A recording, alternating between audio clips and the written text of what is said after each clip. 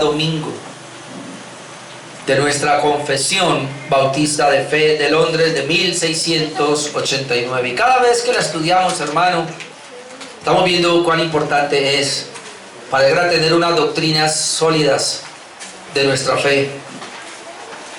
Dejamos capítulo 19 acerca de la ley de Dios y vamos a entrarnos ahora a mirar el capítulo número 20, que sería del Evangelio y del alcance de su gracia. Tiene 4 párrafos. Voy a tratar de sacarlos en 2 domingos nomás. Hoy vamos a tratar de ver el párrafo 1 y 2 del Evangelio y del alcance de su gracia. Algunos creen que este capítulo 20 es un resumen de lo que hasta aquí se ha venido dando. Personalmente puedo de alguna manera acertar ese pensamiento en el sentido de que sí, yo encuentro cosas que ya se vieron, pero realmente no se trata de un resumen dado que se dio con un propósito. Algo que tenemos que tener claro, y lo dijimos desde la introducción y eventualmente lo digo, es que esta confesión de fe se redactó, hermano, en el mismo contexto de las controversias que estaban en esa época.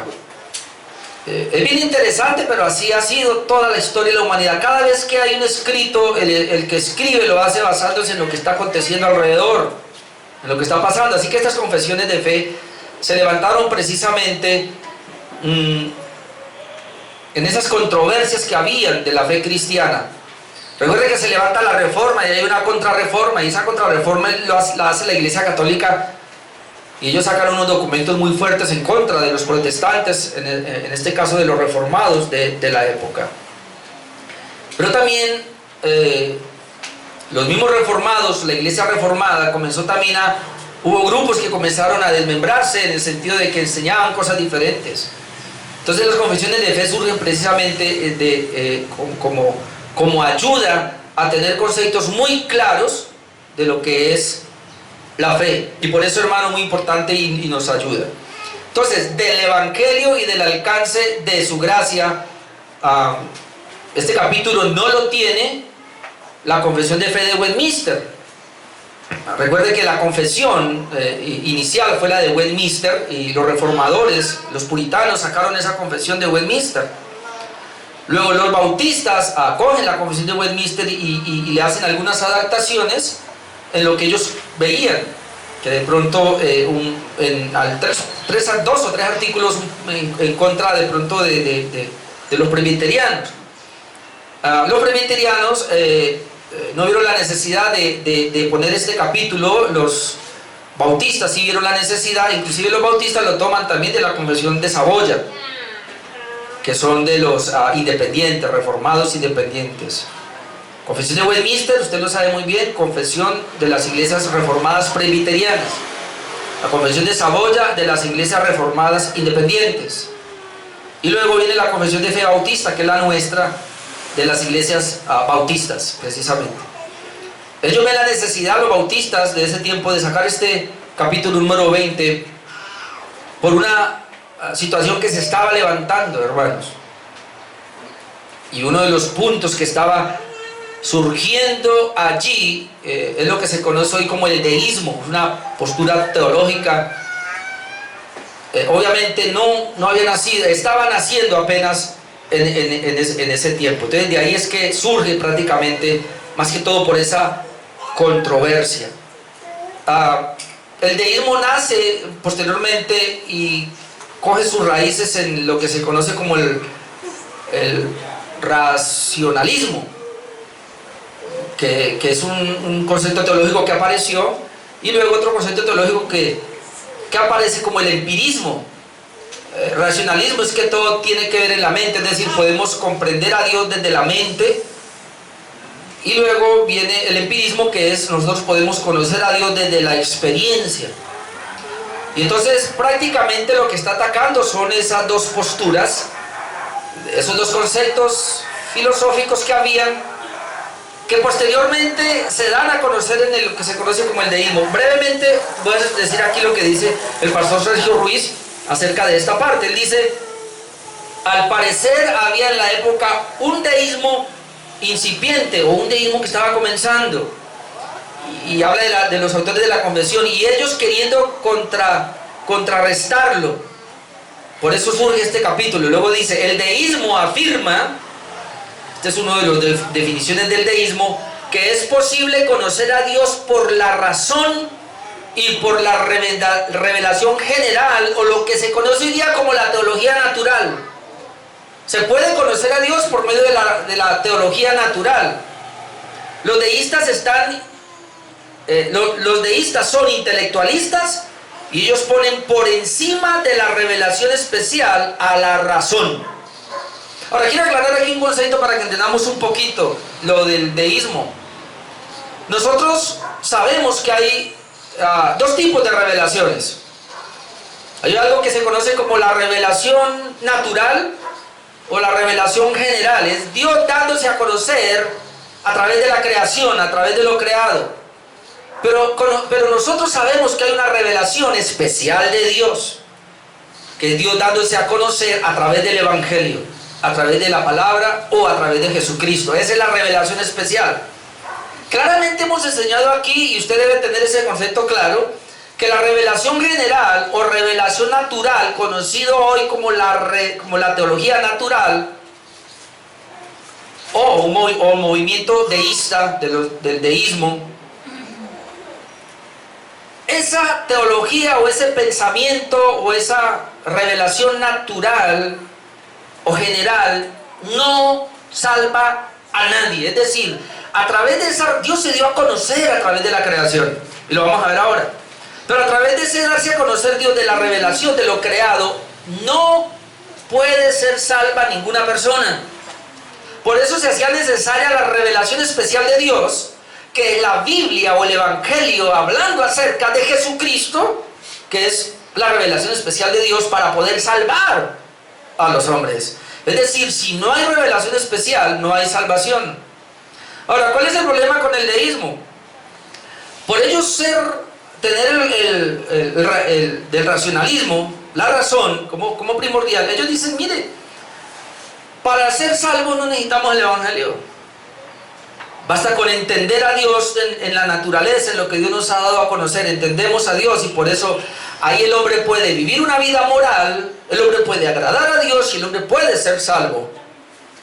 Y los empíricos, ¿qué decían? El empirismo surge como diciendo, no, pero inclusive en contra de la razón ahora. Es otro movimiento que dice, mire, sencillamente podemos conocer a Dios a través de la experiencia. Es decir, si usted tiene una experiencia con Dios, ¿usted cree que ese Dios ya? ¿Quién puede ir en contra de eso?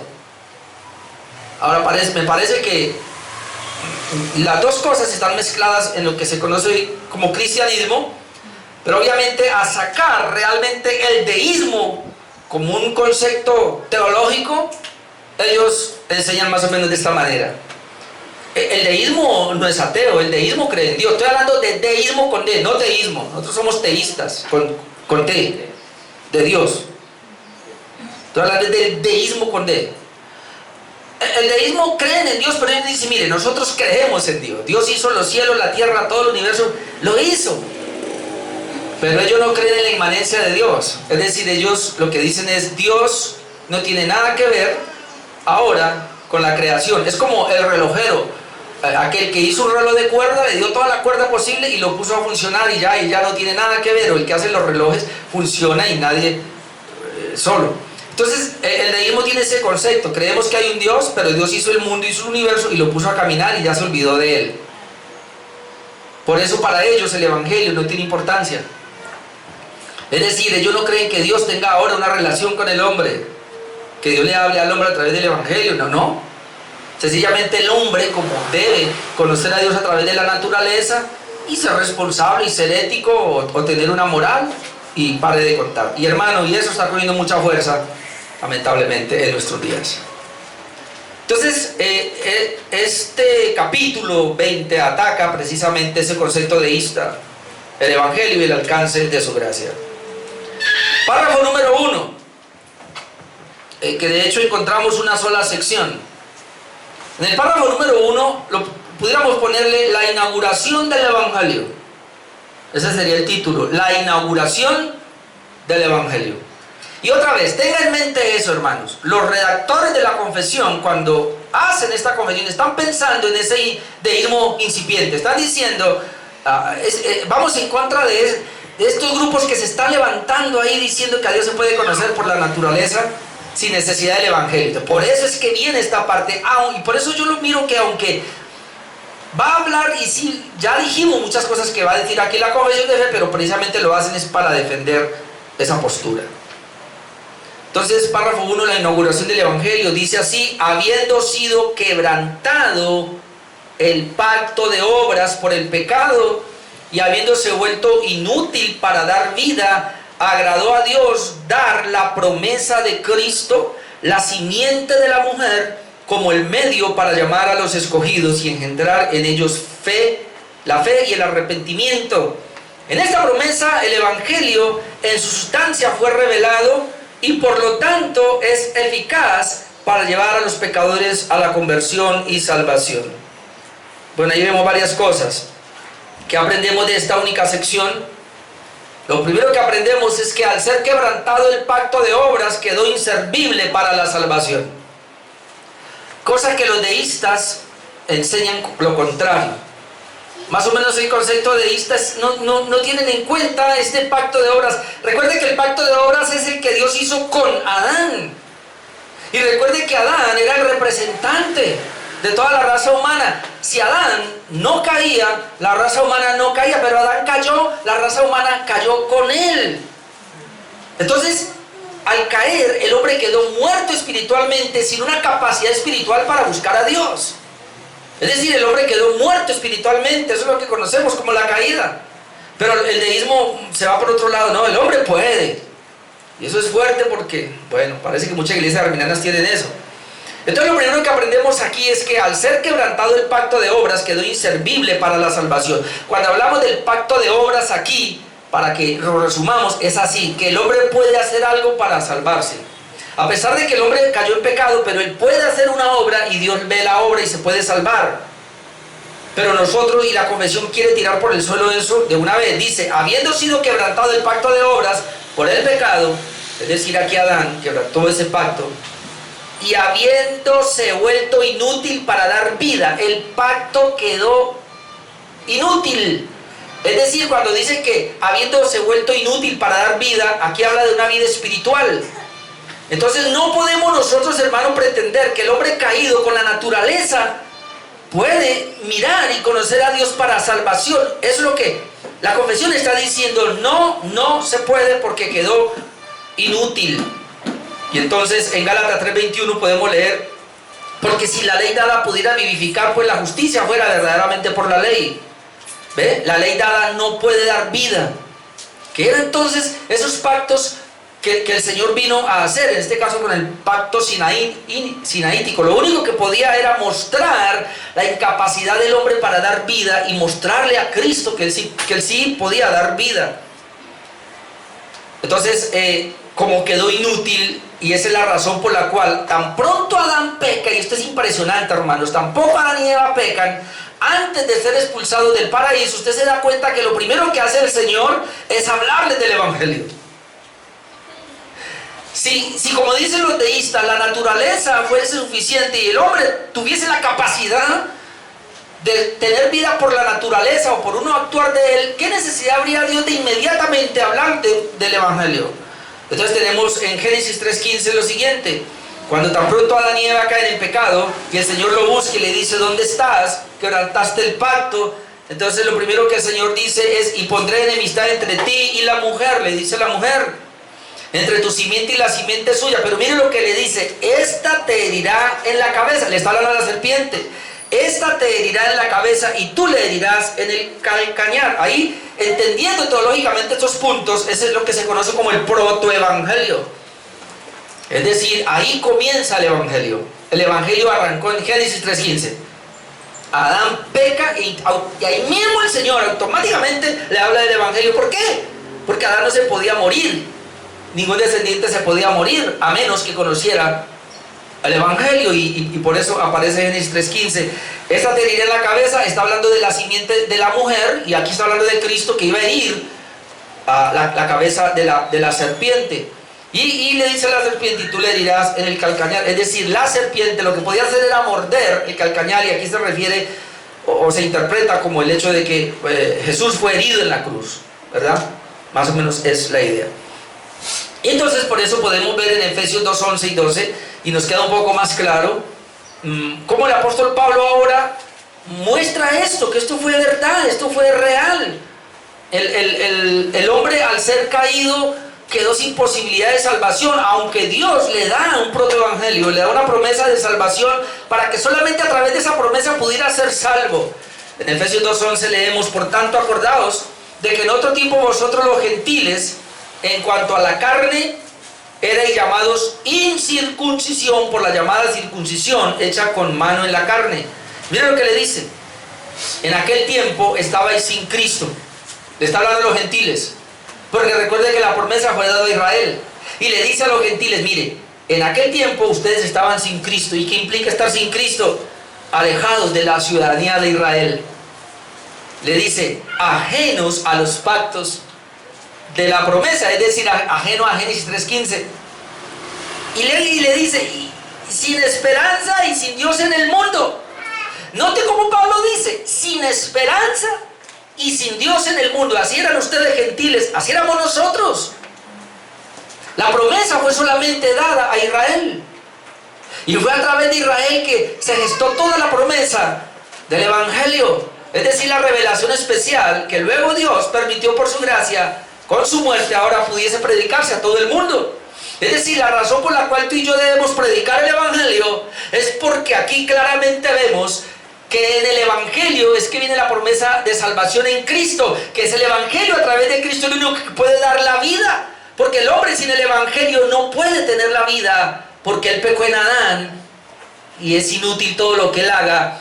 Así tenga un buen razonamiento, así tenga una experiencia, como dice el empirismo, con Dios, y diga: no, yo tuve una experiencia con Dios cuando abracé un árbol, o cuando en un animalito yo vi ahí a Dios, o un niño, ahí yo vi a Dios ahí, eso me llevó a una conversión, y ahora mi vida cambió y quiero agradar a Dios. Hermano, todo eso no sirve de nada, a menos que el evangelio sea predicado y la persona pueda conocer a Dios, el plan de redención a través del evangelio. Entonces es bien interesante que la confesión de fe pues viene a atacar ese punto, porque ese deísmo naciente estaba llevando a la gente por otro camino. Lo segundo que aprendemos de ese primer párrafo es que solo por la promesa del evangelio se llama o se da fe y arrepentimiento, y esto lo sabían muy bien los antiguos. Miren lo que dice la confesión: agradó, después de que dice, habiéndose vuelto inútil para dar vida, es decir, ese pacto de obras, agradó a Dios, fue el agrado de Dios dar la promesa de Cristo. ¿Vio? Ahí está la promesa. Agradó a Dios dar la promesa de Cristo. ¿Y quién es esa promesa de Cristo? La simiente de la mujer. Ahora usted sabe que es Cristo, ¿no? La simiente de la mujer es Cristo, como el medio para llamar, no a todos, la confesión aquí bien interesante, para llamar a los escogidos y engendrar en ellos la fe y el arrepentimiento. Eso ya lo hemos visto. Por eso digo que puede recordar, recuerde que veíamos nosotros que nadie puede tener fe naturalmente a menos que el evangelio le llegue. Nadie puede arrepentirse naturalmente a menos que el evangelio le llegue. Y nadie puede venir al evangelio a menos que sean escogidos, porque esos son los llamados. Y entonces la confesión aquí dice: mire, a Dios le agradó dar la promesa de Cristo, es decir, la simiente de la mujer. Por eso se le conoce Génesis 3:15 como el protoevangelio. Es decir, ahí está el evangelio naciente. Dice Dios a través de esa simiente como el medio, y no hay más medios, el medio para llamar a los escogidos, para engendrar en ellos la fe y el arrepentimiento. Hermano, sin el evangelio no hay llamamiento a la salvación. Sin el evangelio no hay una fe verdadera para que la gente cree en Cristo. Sin el evangelio, hermanos, no hay arrepentimiento genuino. Todo lo demás es pura espuma, es pura hojarasca. Y eso está lleno de todas las religiones, como la gran mayoría del cristianismo moderno, lamentablemente. no hay fe verdadera, no hay arrepentimiento verdadero porque no hay un llamado genuino. Mi hermano, la fe real y el arrepentimiento real traen cambio de vida. Eso no se puede quitar.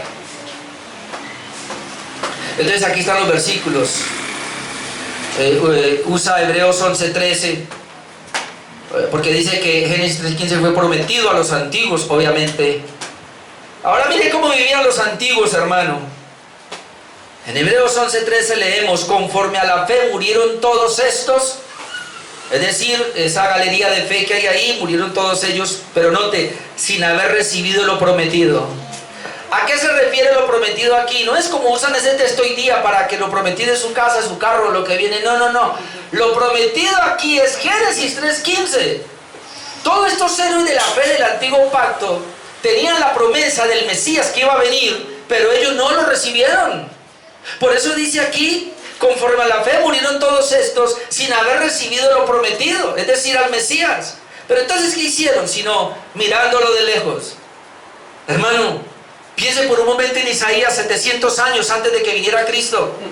Piense en el Isaías 53. Usted lee Isaías 53 y dice: caramba, ¿esto qué es? Hermano, Isaías vio a Cristo crucificado. Por eso dice aquí: lo único que ellos pudieron hacer fue mirándolo de lejos. Pero ¿qué más? Y creyéndolo. ¿Cómo fueron salvos los antiguos? Creyendo la venida del Mesías. El Mesías no había venido, pero ellos lo creyeron que vendría. Por eso dice: y creyéndolo. ¿Y cómo más? Y saludándolo. Una expresión para decir que estaban esperando que viniera. Y confesando que eran extranjeros y peregrinos sobre la tierra. Entonces, Hebreos 11:13 nos está diciendo que los antiguos tenían la esperanza y que ellos creyeron de que iba a venir.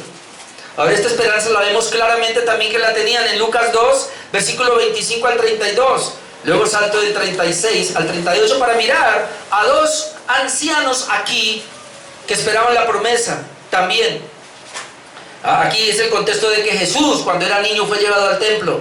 Y en Lucas 2:25 leemos: he aquí había en Jerusalén un hombre llamado Simeón, y este hombre justo y piadoso, note, esperaba la consolación de Israel. ¿Qué es esto, esperar la consolación de Israel? Esperaba que el Mesías viniera para darle libertad a Israel. Ellos estaban esperando. Simeón aquí dice que él esperaba la consolación de Israel, es decir, al Mesías. Y entonces el Espíritu Santo estaba sobre él. Y le había sido revelado por el Espíritu Santo que no vería la muerte antes que viese al ungido del Señor. Aquí es el Mesías. Imagínense, Simeón, tú no te vas a morir hasta que veas con tus ojos al Mesías. Por eso Simeón apenas le dijeron que el niño corrió para el templo. Versículo 27, y movido por el Espíritu vino al templo. Y cuando los padres del niño Jesús lo trajeron al templo para hacer por él conforme al rito de la ley, note lo que dice: él le tomó en sus brazos. ¿Por qué? Porque el Espíritu Santo ya le había dicho que él era. Lo tomó en sus brazos y bendijo a Dios diciendo, note lo que dice: ahora, Señor, despides a tu siervo en paz conforme a tu palabra, porque han visto mis ojos tu salvación, la cual has preparado en presencia de todos los pueblos. Simeón, ya un anciano, dice: no voy a morir antes que vea con mis ojos la salvación. Y le dice: Señor, despídate, siervo en paz. Me puedo ir porque ahora mis ojos han visto la promesa. La promesa de Génesis 3:15 la estoy viendo en este niño que tengo en mis brazos. Han visto mis ojos tu salvación, la cual has preparado en presencia de todos los pueblos. Hermano, ¿cómo puede levantarse el deísmo hoy día sabiendo que el mismo Simeón está diciendo: Dios preparó la salvación en medio de todos los pueblos, la promesa que es la única salvación para el hombre? No hay salvación sino a través de este Mesías prometido. Se necesitaba, se requería la revelación especial, que es que la Biblia hablara de Cristo en el antiguo pacto y en el nuevo pacto hablaran del Cristo que vino. Allá promesa, acá cumplimiento, para poder nosotros ser salvos. Y luego él sigue diciendo, mire, 31, la cual has preparado en presencia de todos los pueblos, luz para revelación a los gentiles y gloria de tu pueblo Israel. ¿Vio? Ahora miremos el otro caso. Lucas 2:36. Dice que estaba también allí Ana, profetisa, hija de Fanuel, de la tribu de Aser, una mujer de edad muy avanzada, pues se había vivido con su marido 7 años desde su virginidad, no sé, quizás yo siempre pienso, pongámosle de 15 años, vivió 7, tenía 22 años cuando el marido murió, y era viuda hace 84 años, sume, casi 100 años, tenía esta mujer. Y no se apartaba del templo, sirviendo de noche y de día con ayunos y oraciones. Ahora note, esta presentándose en la misma hora, daba gracias a Dios, note, y hablaba del niño a todos los que esperaban la redención en Jerusalén. Hablaba del niño a todos los que esperaban la redención en Jerusalén. Es decir, Israel siempre esperó al Redentor.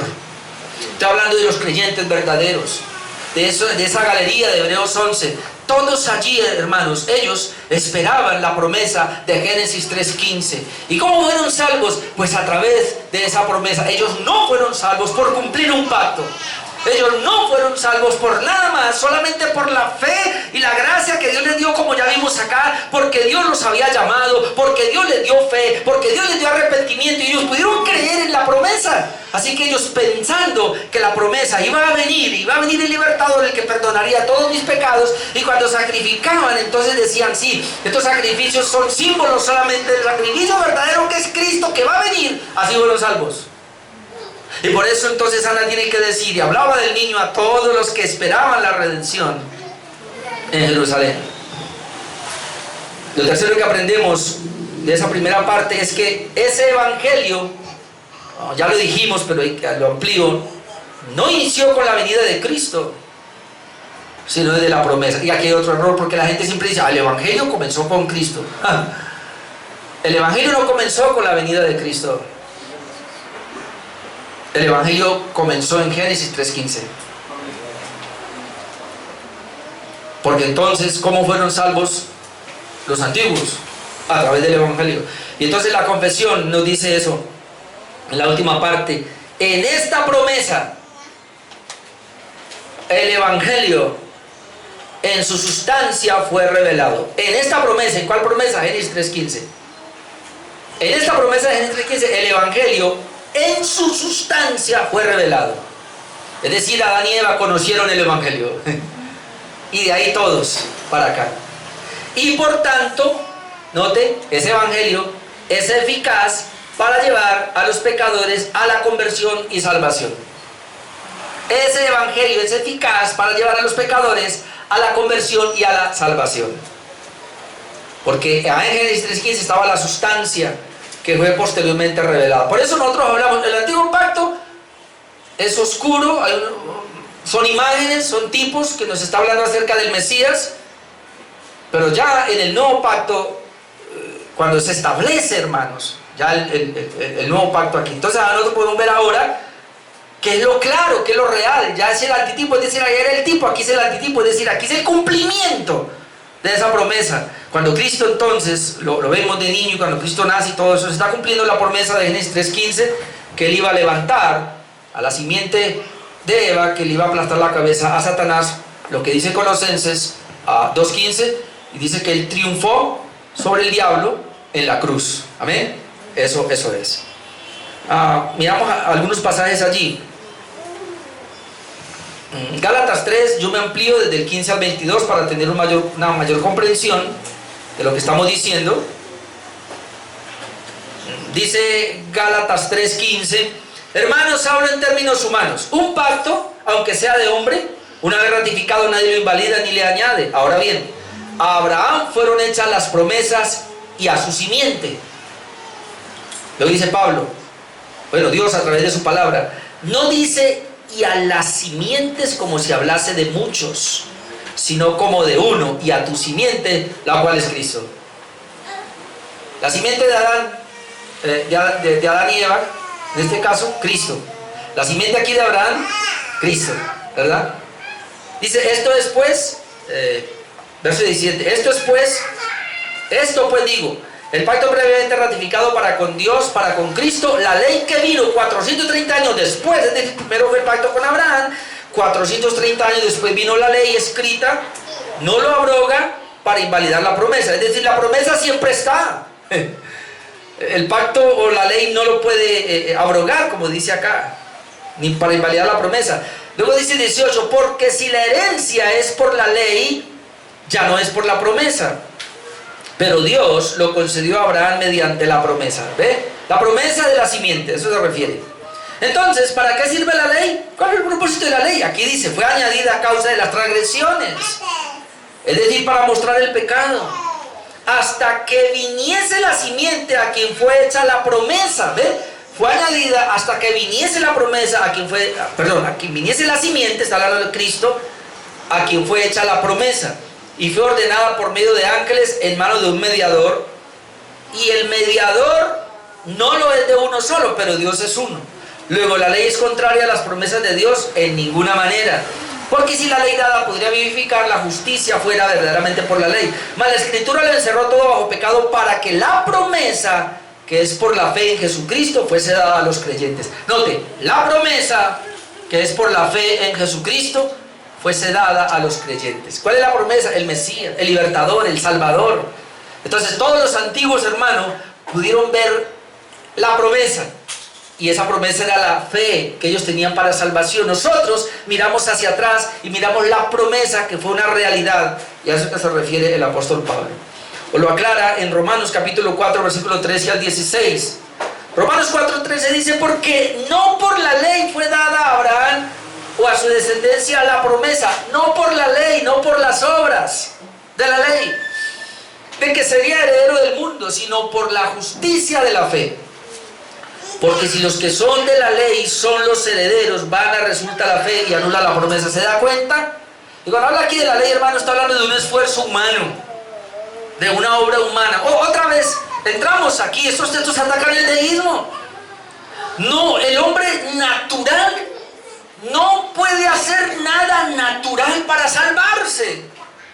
Hermano, mire, por favor, entendamos el Evangelio.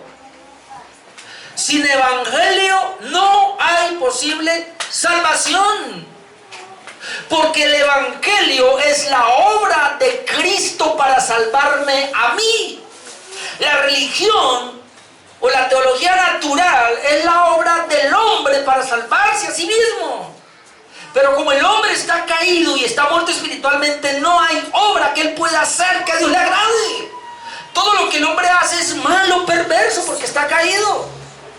Por eso el Evangelio es la buena nueva de Dios, que Dios determinó salvar un grupo de personas llamado la iglesia, llamado su pueblo, a través de la obra de Jesucristo. Sin esa obra de Cristo en nuestros corazones no hay salvación. Es Cristo en quien implanta su obra en nosotros para poder ser salvos, no nosotros haciendo una obra para Dios. Y eso es lo que Pablo está diciendo aquí. Es por fe en la promesa. Párrafo número 2.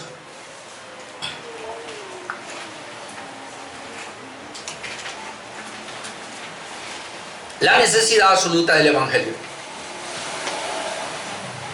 Párrafo número 1, entonces, hermano, nos habla de ese Evangelio que fue profetizado desde el antiguo, el comienzo del Evangelio allá, pero ahora la necesidad absoluta del Evangelio. Entonces dice así, y ahí tiene 3 secciones. Dice, esta promesa de Cristo y la salvación por medio de Él, es decir, de la promesa, es revelada solamente por la palabra de Dios. Hermano, con esto, hemos dicho, todo el deísmo lo tiró por el suelo. Todo el racionalismo lo tiró por el suelo. Todo el empirismo lo tiró por el suelo. Es revelado solamente por la palabra de Dios. Y luego mire lo que dice.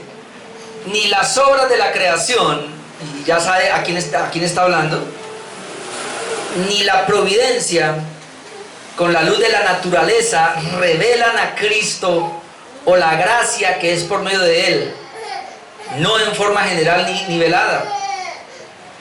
Igual como tampoco los hombres que no tengan una revelación de Él por la promesa del Evangelio pueden obtener una fe salvadora o arrepentimiento. Yo sé que aquí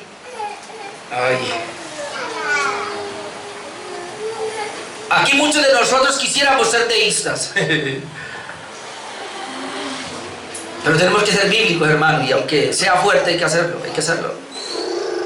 Vamos a tratar de desglosar sección número 1, pudiéramos llamarle: la salvación solo es dada por conocer la palabra de Dios. La salvación solo es dada al conocer la palabra de Dios. La primera sección del párrafo 2. Esta promesa de Cristo, la cual habla el párrafo 1, y la salvación por medio de Él, es decir, por medio de Cristo, que es la promesa, es revelada solamente por la palabra de Dios. ¿Qué es lo que dicen los deístas? No, Dios se da a conocer a través de la naturaleza. ¿Cuál es el ataque que se le da aquí en la confesión? No. Ahora, Dios sí se da a conocer a través de la naturaleza, pero de forma natural, y hace responsable al hombre, a todos los hombres delante de Él, como lo vamos a ver ahora. Pero para salvación solamente es a través de la palabra de Dios. ¿Y cuáles son los versículos que vemos? Uno clásico es Romanos 10:13 al 15. Romanos 10:13, mire lo que dice: porque todo aquel que invocar el nombre del Señor será salvo. Listo, hay que invocar el nombre del Señor para ser salvo. Pero luego dice: ¿cómo pues invocarán a aquel en el cual no han creído?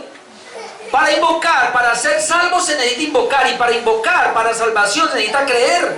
Pero luego viene la pregunta: ¿y cómo creerán en aquel de quien no han oído?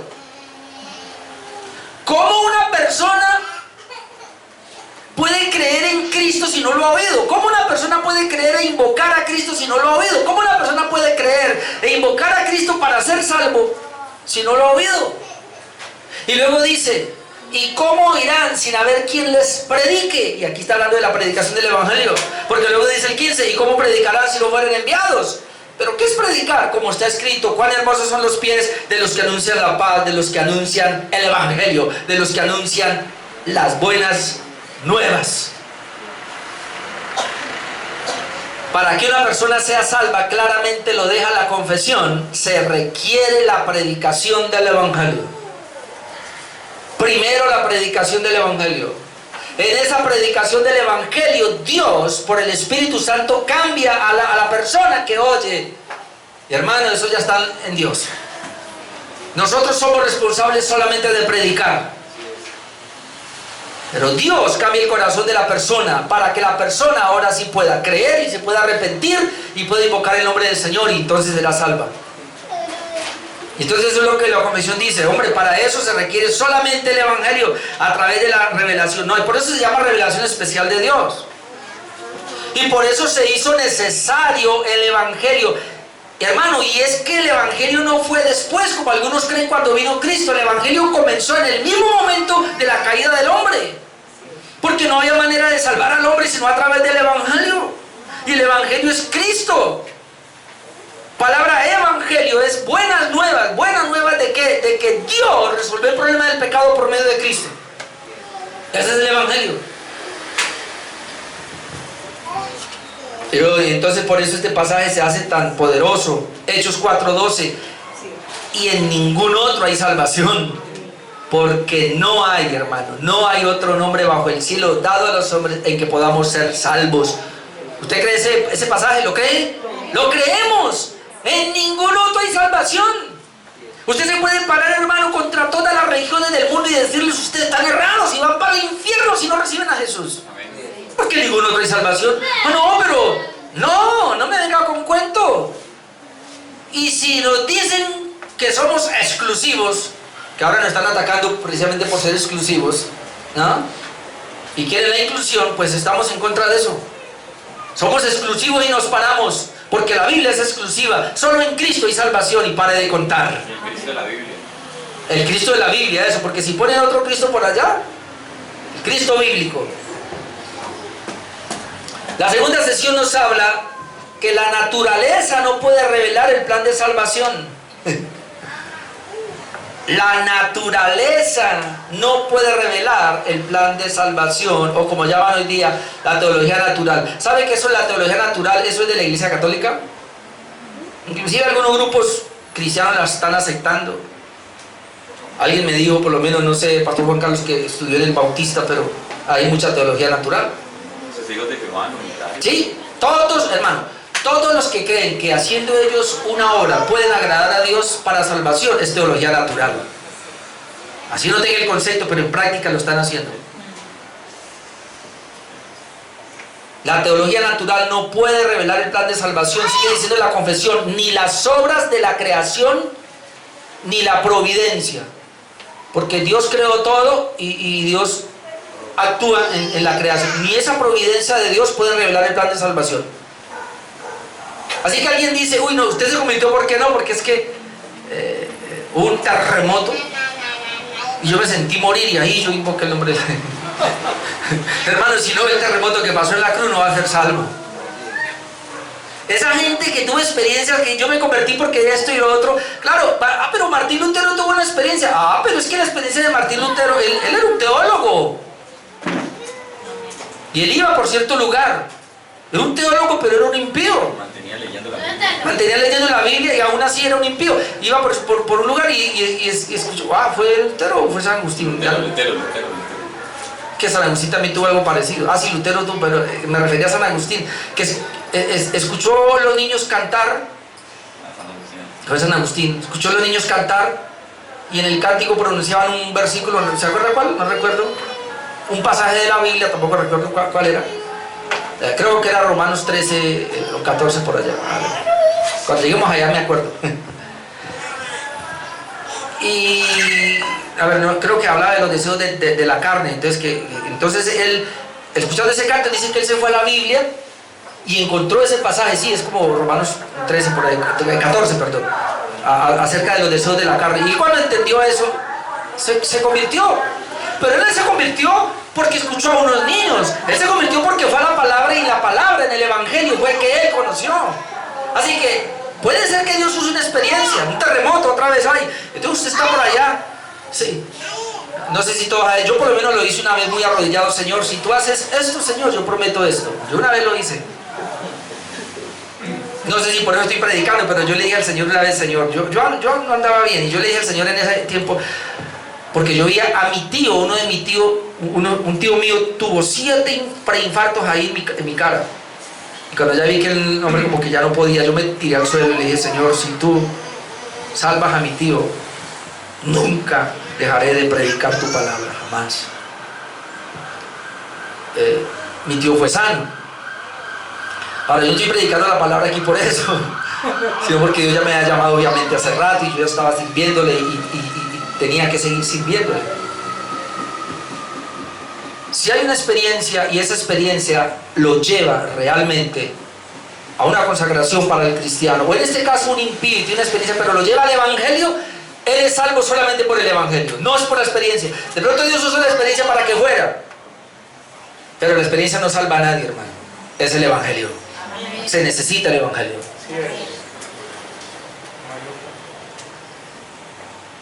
Ahora, la teología natural nos habla, como dice allí, yo leí todo, ni las obras de la creación, ni la providencia, con la luz de la naturaleza, dice, revelan a Cristo. Es decir, ni las obras con la luz de la naturaleza revelan a Cristo o la gracia que es por medio de Él. No lo pueden revelar.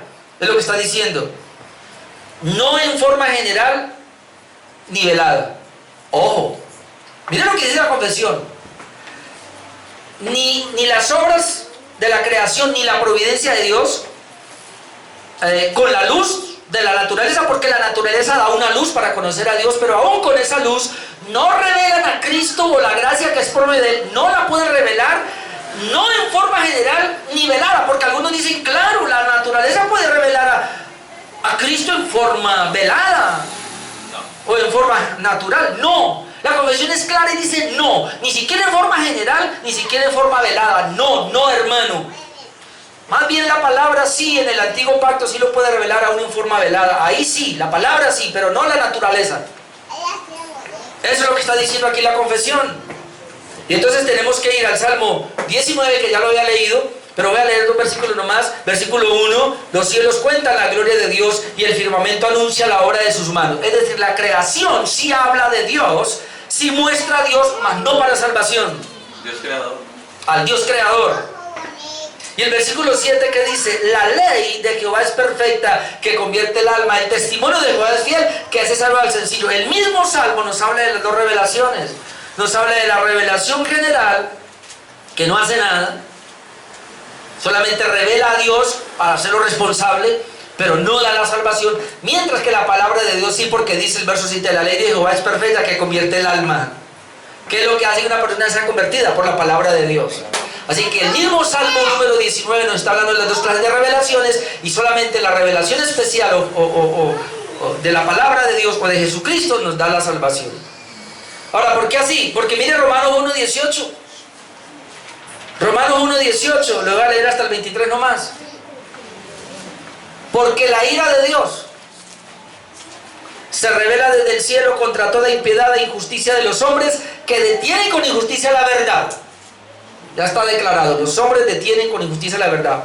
Pero mira aquí, 19. Porque lo que de Dios se conoce les es manifiesto, pues Dios se los manifestó. Lo que el hombre puede conocer de Dios les ha sido manifiesto, Dios se lo manifestó. ¿Cómo? Verso 20, de esta manera. Porque las cosas invisibles de Él, es decir, las cosas invisibles de Dios. ¿Pero cuáles? Aquí dice, su eterno poder y deidad. ¿Cuáles son las cosas de Dios aquí invisibles? Su poder, su eterno poder y su deidad. Escuche, ¿habla de la salvación? No. Solamente su eterno poder y deidad. Se hacen claramente visibles desde la creación del mundo, note, siendo entendidas por medio de las cosas hechas, de modo que no tienen excusa. El hombre no tiene excusa para decir que Dios no existe. El hombre no tiene excusa para decir que no se somete a Dios, o que Dios no se le dio a conocer, porque Dios se dio a conocer por medio de la naturaleza. Ahí la gente puede ver el eterno poder de Dios y puede saber de la deidad de Dios, de que hay algo distinto a la creación, a la criatura, y se llama Dios, y Él fue el que hizo los cielos y la tierra. La gente por la creación puede saberlo, pero no más. Ahora, ¿qué pasa con ese conocimiento? Aún sabiendo, conocimiento general de Dios, verso 21, pues habiendo conocido a Dios, no le glorificaron como a Dios ni le dieron gracia. Imagínense, si conociendo a Dios por la naturaleza, no le glorifican ni le dan gracia. Eso nos está hablando del corazón depravado. ¿Qué hicieron? Sino que se envanecieron en su razonamiento. ¿Se puede conocer a Dios por la razón? Cuando aquí dicen que ellos se envanecieron en sus razonamientos y su necio corazón fue entenebrecido, profesando ser sabios, se hicieron necios. Y miren lo que hicieron, lo que decíamos ahora en la primera clase: cambiaron la gloria de Dios incorruptible en semejanza de imagen de hombre corruptible, de aves, de cuadrúpedos y de reptiles. Lo primero que Dios prohibió, ¿lo prohibió dónde? En la revelación especial. El hombre aquí lo quebranta en la revelación natural. Pero aún la revelación natural hacia el hombre responsable de no tener imágenes, pero el hombre se hace imágenes. Por eso Juan Calvino lo decía: en el corazón de todos los hombres hay una fábrica de ídolos. Hermanos, si tú no adoras a Dios, vas a adorar a la criatura. Si el hombre no adora a Dios, va a adorar la creación, porque el hombre es adorador. Lee la palabra. Así que, hermanos, tenemos que adorar a nuestro Dios, hermano. Porque aún usted siendo cristiano corre el riesgo, yo corro el riesgo de que si Dios no lo adoro, voy a adorar otra cosa que no es Dios. Quizás mi trabajo, quizás mi deporte, quizás, qué sé yo, cualquier otra cosa, y lo voy a poner ahí. Hay que tener mucho cuidado. Y la última parte, la sesión número 3, me habla que no... Ay, Padre, esta es la que... Quien no haya recibido el Evangelio no podrá ser salvo. Quien no haya recibido el Evangelio no podrá ser salvo. Y aquí entra mi esposa y mis padres. Dios me dio la gracia, dice mi esposa, de conocerlo a usted, no mentira. Dios me dio la gracia de conocer el Evangelio. Cuando yo conocí a mi esposa, ya llevaba 6 meses yendo a una iglesia. Bueno, gloria a Dios. Pues yo la discipulé, obviamente, para mí, bueno, para Dios primero y luego para mí. Pero es que ella me dice, ¿y mis padres? Porque es que Nosotros nacimos católicos. Imagínense, hermano, de ahí cerquita del Socorro, San Gil, esa parte es muy religiosa. Ellos son marianos a morir. Yo por allá yo y predico el evangelio y no entra.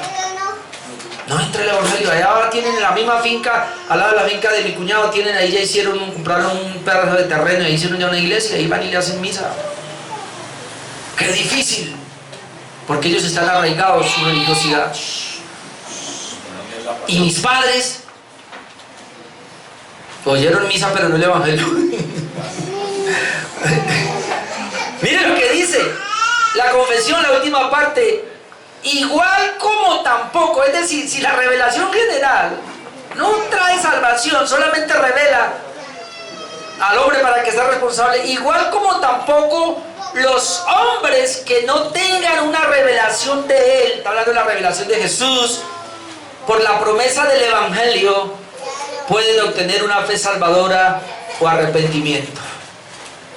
Hermanos, mire, si una persona no oye el evangelio, si una persona no oye el evangelio, ella no puede ser salva, porque no puede recibir la fe y no puede recibir el arrepentimiento, que son indispensables para la salvación. No me voy a meter por ahí, por eso en cuanto... Y los niños que no... Bueno, eso es otra cosa, pero déjeme, yo termino aquí mostrándole. Porque la pregunta que uno se hace es esta. La pregunta que siempre nos hacíamos nosotros en el seminario. ¿Y qué de aquellos indígenas o pueblos a los cuales nunca les llegó el evangelio? A mí me contestaban. No, o sea, siempre, hermano, y ahora es que lo entiendo, de pronto en ese tiempo no. Pero a mí siempre me contestaron, dándome a entender de que Dios tenía alguna manera de salvarlos. Si no les llegó el evangelio, pues Dios usó sus recursos, pero igual les presentó la manera de salvarse. Y yo me quedaba como satisfecho. Pero ahora que me diga, y si no le llegó el evangelio a ese pueblo indígena, o hablemos de mis antepasados, pues si no le llegó el evangelio, no fueron salvos. Hermano, si no les llegó el evangelio, no tuvieron oportunidad para salvación. ¿Cómo así? ¿Cómo así? ¿Cuál es la respuesta que damos entonces? Toda la raza humana está caída. Esa es la respuesta. Desde el indio que está en la Patagonia hasta el teólogo más grande que exista. Todos estamos caídos y destituidos de la gloria de Dios. Ese es el punto. Y ahí es donde tenemos que entrar. Todo el mundo está caído y está destituido. Mi abuelo sí. Murió sin Cristo, sí. Todos. ¿Y qué merecemos? El infierno. ¿Y qué merecemos? La condenación. Es que si entramos por ahí, hermanos, vamos a poder luego decir, pero Dios tuvo misericordia del que quiso tener misericordia y por eso les llevó el evangelio. Aunque el evangelio se predica a todo el mundo y no todos responden, porque van a responder solamente los que él eligió. Pero si a una persona o a una tribu o a una nación no le llegó el evangelio, Dios no tenía interés de salvarlos. ¿Qué herejía tan grande? ¿No? Es el concepto de la Biblia. Por eso nosotros no somos empíricos. La experiencia. Tampoco somos racionales. La razón. Nosotros somos bíblicos. Y si no le llegó el evangelio, Dios no tiene interés de salvarlo. ¿Cómo? No, ese no es el Dios. Ese es el Dios de la Biblia. Y ese es el Dios que nosotros presentamos. Dios no tenía por qué salvar a nadie. Dios no tenía por qué salvarte a ti ni a mí. Lo hizo por su pura gracia. Tú y yo merecíamos el infierno. Cada rato me escucho esa palabra del pastor Sproul que siempre me hacen llorar. Y si Dios me enviara al infierno ahora, ¿quién soy yo para decir que no? Si lo único que yo he hecho es ofenderle y pecar toda la vida. Pero si Él me lleva al cielo, es solo por su pura gracia, por nada que yo haya hecho. Allá me da gracia allá me da justicia. Dios es tan grande, hermanos, que si Él te envía al infierno, a ti y a mí, es justo, porque es lo que merecemos. Pero si nos envía al cielo, no es por algo tuyo o mío, es pura gracia, porque me dio la vida, me dio el Espíritu Santo, produjo en mi fe y arrepentimiento, y ahora me está haciendo caminar en su voluntad. Eso lo hizo Él. Dos pasajes y termino. Por eso la salvación requiere la predicación del Evangelio. Lucas 24, 45, 47. Entonces les abrió el entendimiento para que comprendieran las Escrituras y les dijo: así está escrito, así fue necesario que el Cristo padeciese y resucitase de los muertos al tercer día. Esto fue necesario, y que se predicase en su nombre el arrepentimiento y el perdón de pecados en todas las naciones. ¿Ven? Comenzando desde Jerusalén. Por eso hay que predicar el Evangelio a todas las naciones. Hechos 17, 29 al 31.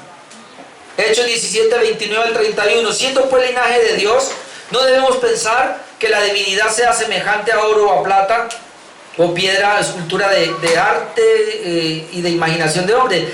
Pero Dios, habiendo pasado por alto los tiempos de esta ignorancia, note, ahora manda a todos los hombres en todo el mundo que se arrepientan, por cuanto ha establecido un día en el cual juzgará al mundo con justicia por aquel varón, es decir, Cristo, a quien designó, dando fe a todos con haberle levantado de entre los muertos. Es decir, Dios amplió ahora, recuerden, la promesa comienza con Israel, se cierra en Israel, eventualmente gentiles se judaizaban, pero en Cristo ahora viene ya, se establece el nuevo pacto en Cristo Jesús, ahora se explaya a todas las naciones. Y el Evangelio es predicado a todas las naciones, pero no todas las naciones van a responder, solamente los que creyeron, ¿verdad? A algunas naciones no se les alcanzará a predicar. El Señor dice, por eso la iglesia debe ir y debe predicar el Evangelio. Hermano, esto que acabo de decir no nos exime de nuestra responsabilidad. Tú y yo somos responsables de predicar el Evangelio. Cuanta persona veamos, hay que predicar el Evangelio, hermano, porque ahí puede haber un salvo. Tú y yo no determinamos quién es escogido o no. Dios es el único, y Él nos dice, vaya y predíquele a todo el mundo. Ahora, si por alguna razón no le predicó a alguien o el Evangelio no llegó a ese lugar, bueno, eso ya es asunto de Dios. Pero tú y yo ahora debemos predicar el Evangelio a todo el mundo. Por eso esta predicación sale por Facebook Live, se sube a YouTube, a donde podamos, hermano. Por eso usted es muy juicioso y está compartiendo todos estos mensajes en sus redes sociales, ¿sí o no? Todavía veo hermanos que no lo hacen. Pero usted es responsable delante de Dios por compartir la palabra, por predicar a diestra y siniestra la palabra del Señor. No, es que mis amigos, ¿qué? ¿Sus amigos qué? Predica el Evangelio, mi hermano. Amén. Porque solamente a través del Evangelio, a través de Cristo, es que somos salvos. Y por eso se hacía necesario este capítulo 20, y nos quedan 2 para dentro de 8 días. Oremos.